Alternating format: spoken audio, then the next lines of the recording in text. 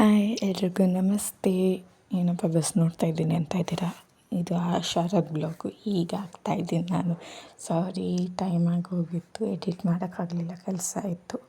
So ನಾನು ನಮ್ಮ ಯಜಮಾನ್ರು ಬಸ್ ಸ್ಟ್ಯಾಂಡಿಗೆ ಹೋಗಿದ್ವಿ. ಅವ್ರು ಕೇಳಿದ್ರು ಎಲ್ಲಿಗೆ ಹೋಗ್ತಾ ಇದ್ದೀರಾ ಅಂತ.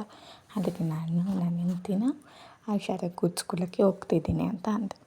ಪಾಪ ಅವ್ರಿಗೂ ಬೇಜಾರಾಗತ್ತಲ್ಲ, ನಾನು ಇಲ್ಲದೆ ಒಂದು ವಾರ. ಸೊ ನಾನು ಬೇರೆ ಬಂದ್ಬಿಟ್ಟು ಅದು ಮುಗಿಸ್ಕೊಂಡು, ಇದು ನಮ್ಮ ಅಜ್ಜಿ ಊರು ಹುಣಸೂರು. ಅಲ್ಲಿ ಲಕ್ಷ್ಮೀ ನರಸಿಂಹ ದೇವಸ್ಥಾನ. ಅವ್ರಿಗೆ ಒಂದು ಸ್ವಲ್ಪ ದೇವರಂದರೆ ಜಾಸ್ತಿ ಇಲ್ವಲ್ಲ, ಅದಕ್ಕೆ ನಮಸ್ಕಾರ ಮಾಡ್ತಾಯಿದ್ದಾರೆ. ದೇವರಿಗೆ ನನ್ನ ಗಂಡಂಗೆ ಒಳ್ಳೇದು ಮಾಡಪ್ಪ ಅಂತ ಕೇಳಿಕೊಂಡೆ ನಾನು ದೂರದಲ್ಲೇ. ಅವ್ರು ಸ್ನಾನನೇ ಮಾಡಿರಲಿಲ್ಲ, ಹಾಗೆ ಕೈ ಮುಗಿದ್ರು. ಏನು ಮಾಡಲಿ, ಎಲ್ಲರಿಗೂ ಒಳ್ಳೆ ಬುದ್ಧಿ ಕೊಟ್ಟು ಕಾಪಾಡಲಿ ಅಂತ ಕೇಳ್ಕೊಂಡು ಬಂದೆ ಅಂತ ಅಂದರು. ಅಲ್ಲಿಂದ ನಾವು ಸೀದಾ ಹೊರಟಿದ್ದು ನಮ್ಮ ಅಜ್ಜಿ ಮನೆಗೆ. ಇಲ್ಲಿ ಗೊತ್ತಾ, ಇದೇ ನೋಡಿ ನಮ್ಮ ಅಜ್ಜಿ ಮನೆ. ನಾನು ಇಲ್ಲಿಂದ ಸೀದಾ ನಮ್ಮ ಯಜಮಾನ್ರನ್ನ ಕರ್ಕೊಂಡು ಸೇತುವೆ ಕಡೆ ಹೋದೆ.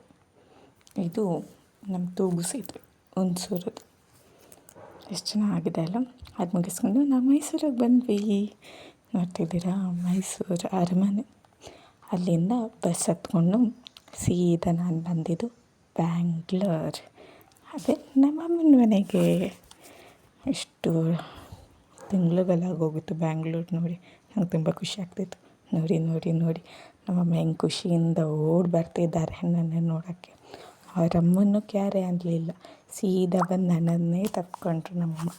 ಆಮೇಲೆ ನಮ್ಮ ಅಜ್ಜಿ ಕೈಲಿ, ನನ್ನ ತಮ್ಮನ ಕೈಲಿ ಒತ್ತು ಶಾವಿಗೆ ಮಾಡಿಸ್ಕೊಂಡೆ. ತುಂಬ ಆಸೆ ಆಗೋಗಿತ್ತು ತಿನ್ನಬೇಕು ಅಂತ. ಸೊ ಅವರಿಬ್ಬರು ನೋಡಿ ಎಷ್ಟು ಕಷ್ಟ ಬೀಳ್ತಿದ್ದಾರೆ ನನಗಾಗಿ ಹೊತ್ತು ಶಾವಿಗೆ ಮಾಡಬೇಕು ಅಂತ. ಪಡಬೇಕಲ್ಲ, ಅಷ್ಟು ತಿಂಗಳಾದ್ಮೇಲೆ ಬಂದಿದ್ದೀನಿ, ಅಷ್ಟು ಮಾಡ್ಕೊಡೋಕ್ಕಾಗೋದಿಲ್ವ, ಮಾಡ್ತಾರೆ. ಸೊ ಹೊತ್ತು ಶಾವಿಗೆ ಅವ್ನ ಕೈಯಲ್ಲೇ ಹೊತ್ತಿಸ್ಕೊಂಡೆ. ನಾನಂತೂ ಅಮ್ಮ ಮನೆಗೆ ಹೋದಾಗ ಫುಲ್ VIP ಟ್ರೀಟ್ಮೆಂಟ್ ನಮಗೆ.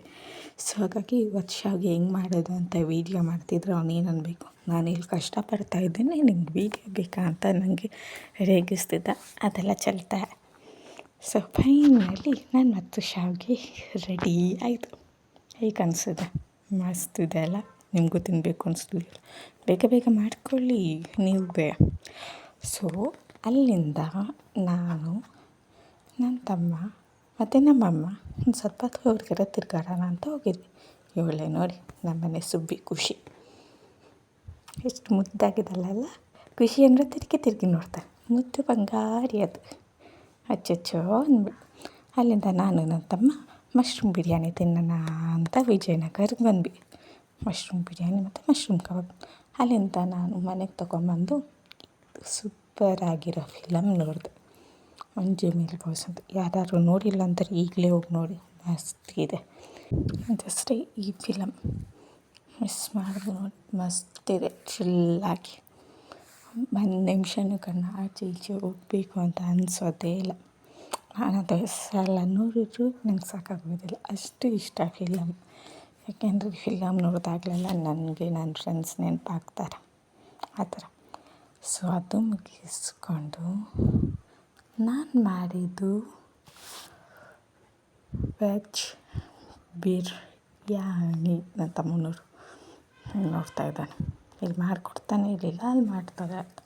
ನೆಕ್ಸ್ಟ್ ನೋಡಿದ್ದು 83 ಫಿಲಮ್, ಕಪಿಲ್ ದೇವ್ದು. ಅದಾದಮೇಲೆ ನೋಡಿ ಈ ಅಮ್ಮ ಮಗಳು ಹೆಂಗೆ ಆಡ್ಕೊಂಡು ಕೂತಿದ್ದಾರೆ. ನಾನಿದ್ದೀನಿ ಅಂತಲೇ ಇಲ್ಲ, ಹೆಂಗೆ ಆಡ್ತಾ ಇದ್ದಾರೆ. ಅದು ಮುಗಿಸ್ಕೊಂಡು ನಾನು ನನ್ನ ತಮ್ಮ ರೌಂಡಿಗೆ ಹೋದ್ವಿ, ಸಿಟಿ ರೌಂಡ್ ಹೊಡೆಯೋಣ ಅಂತ. ತುಂಬ ದಿನ ಆಗೋಗಿತ್ತಲ್ಲ ನಾನು ಬ್ಯಾಂಗ್ಳೂರು ರೌಂಡ್ ಹೊಡೆದು. ಸೊ ಹಾಗಾಗಿ ಬ್ಯಾಂಗ್ಳೂರು ರೌಂಡ್ ಹೊಡೆಯೋಕ್ಕೆ ಹೋಗಿದ್ದೀವಿ. ಎಷ್ಟು ಚೆನ್ನಾಗಿ ಅನಿಸಿದೆ. ಅದು ನಾವು ಸಂಡೇ ಹೋಗಿದ್ದೀವಿ KR ಮಾರ್ಕೆಟ್ಗೆ.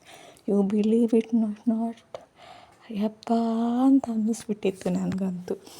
ಆ ಟ್ರಾಫಿಕ್ಕಿಂದ ಮಧ್ಯೆ ಹೋಗಿದ್ರೆ ಸಾಕು. ಹಾಗೆ ಹೊರಡೋ ದಿನ ಏನಾರು ಒಂದು ಸ್ವೀಟ್ ತಗೊಂಡು ಹೋಗಬೇಕು ಅಂತ ನಾನು ನನ್ನ ತಮ್ಮನ ಕೇಳಿದೆ, ನಾನು ಸ್ವೀಟ್ ಕೊಡಿಸೋ ಅಂತ. ಇವಳು ನೋಡಿ ಹೆಂಗೆ ನಡುಗ್ತಾ ಇದ್ದಾಳೆ. ಅದಕ್ಕೆ ಅವನು ನನಗೆ ಬಂದು ಇದು ಕಾಜು ಪೇಡ ಕೊಡಿಸ್ದ. ಅಲ್ಲಿಂದ ನನಗೆ ಬಸ್ಸಿಗೆ ಬಿಡಲಿಕ್ಕೆ ರೆಡಿ ಆದ.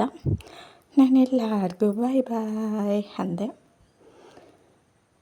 ಅವನಿಲ್ಲಿ ಬಸ್ಸಿಗೆ ಹಾಕಿ ನಂಗೆ ವೆಯ್ಟ್ ಮಾಡ್ತಿದ್ದ ಹತ್ಸೋಕ್ಕೆ. ಸೊ ಫೈನಲಿ ನಾನು ನಮ್ಮ ಊರಿಗೆ ಬಂದಾಯಿತು. ಕಟ್ಟಿಲ್ಲಮ್ಮ ಅಂತ ಹೊರಗೆ ಬಂದು ಕೈ ಮುಗಿದು ನಾನು ಬಂದು ನನ್ನ ಗೂಡು ಸೇರಿಕೊಂಡೆ.